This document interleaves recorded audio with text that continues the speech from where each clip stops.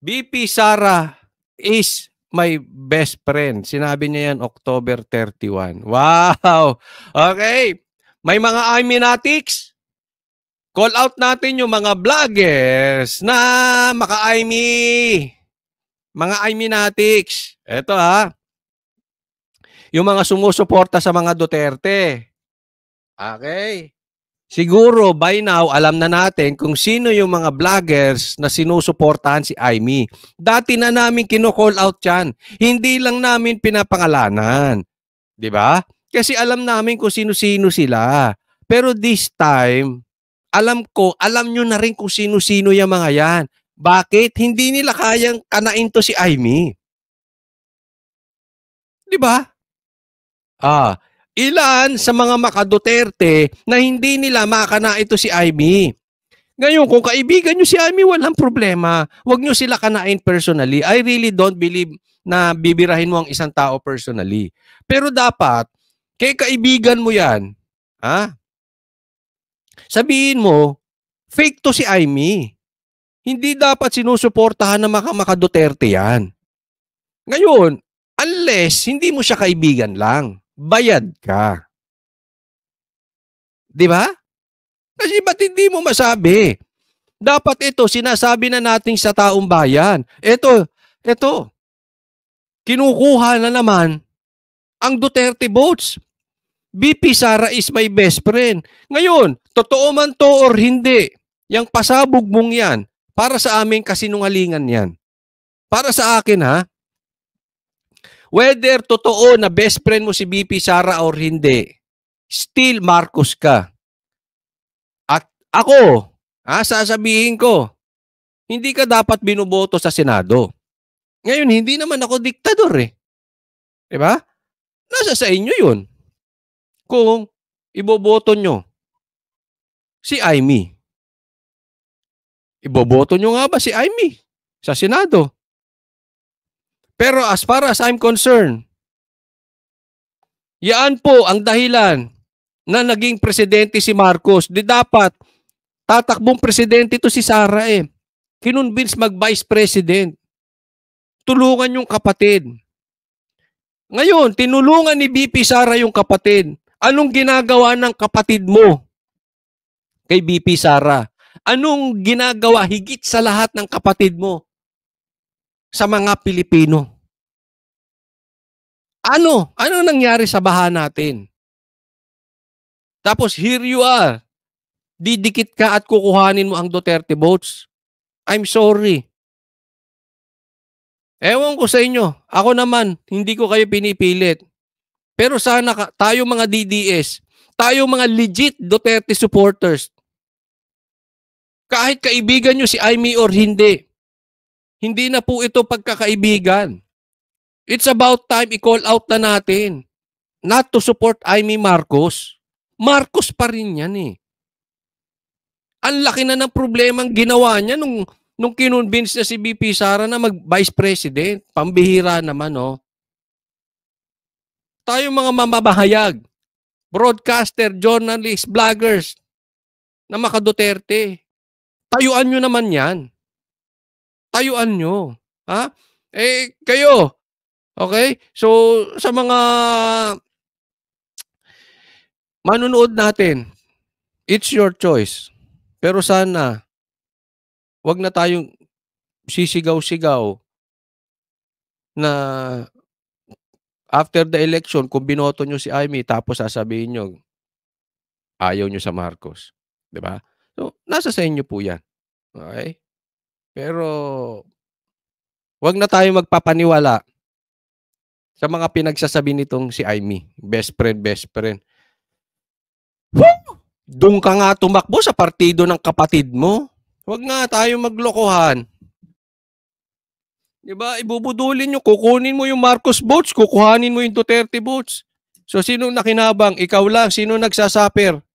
Kami, mga Pilipino, under the regimen, the administration, the governance of your brother, Junior Marcos. Tigilan nyo nga. Eto yan, pag-usapan natin itong kay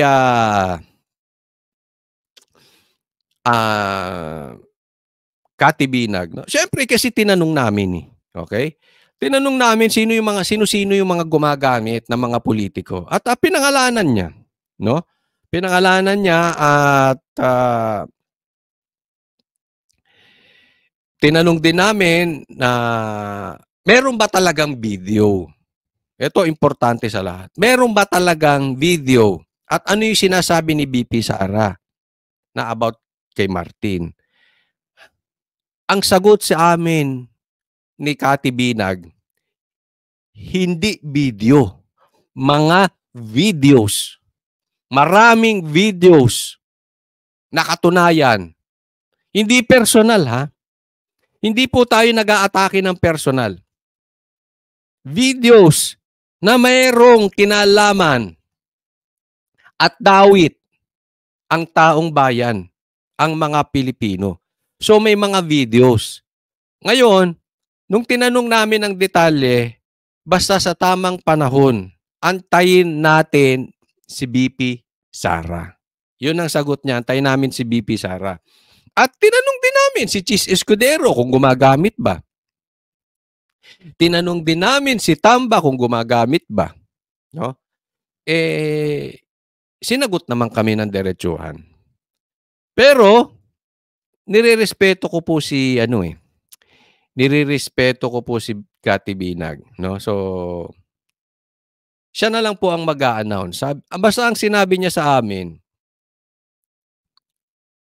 may mga tao daw na nakikiusap sa kanya, mga politiko, na sana ay hindi sila mabanggit, na hindi sila madawit dito. Ang sagot niya ay, huwag kayong makialam sa gulo. Kasi naiinis siya nang nakikita niya na binabaliktad ang Duterte. Na sinisiraan ng Duterte na alam naman daw sa kanilang society na maganda ang nagawa ng Duterte. Kaya nga lang, sa gabal, sa plano nila, ang mga Duterte. Sa gabal sa kanilang mga careers, kanilang mga pangarap.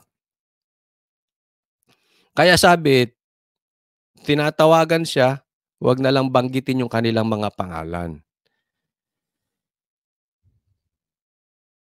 Huwag na lang kayo makisali.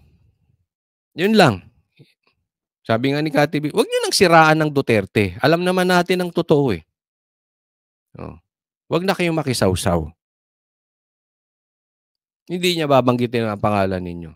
Pero kung talagang guguluhin niyo mga Duterte, nasa sa inyo na yan. Bahala kayo. Ha? Kasi si Kati, nung tinanong namin, ay handang mamatay. Kasi po, naging Christian po siya, eh. So, parang inalay niya na, okay, ito yung magagawa ko para sa bayan. Kung ako man ay kukuhanin na ng Panginoon, wala tayong magagawa, 'di ba? 'Yun ang tadhana, eh. So, handa pong mamatay si Kati, 'wag niyo na lang siraan ng mga Duterte, 'no? So, alam namin kung sino-sino yung gumagamit diyan, 'di ba?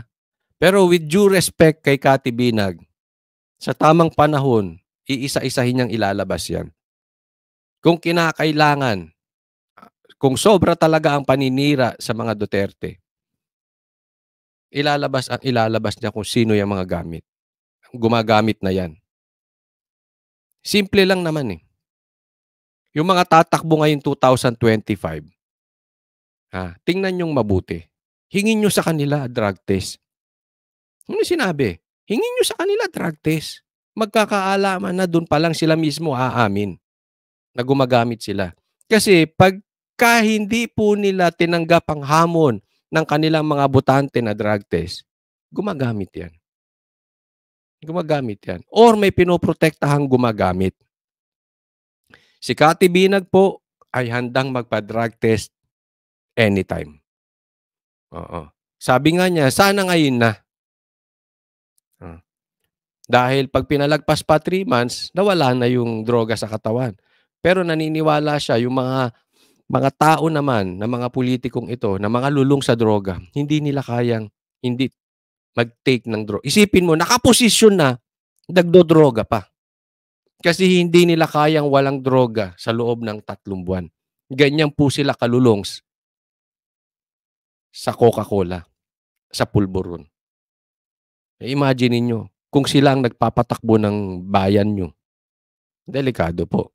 So sana maging mautak tayo sa pagboto. Eto na po ang ating pagkakataon, magsama-sama po tayo, okey? Magsama-sama tayo na palabasin natin sino ang mga adik sa ating mga pulitiko. Puwede niyong i-call out sila, drug test.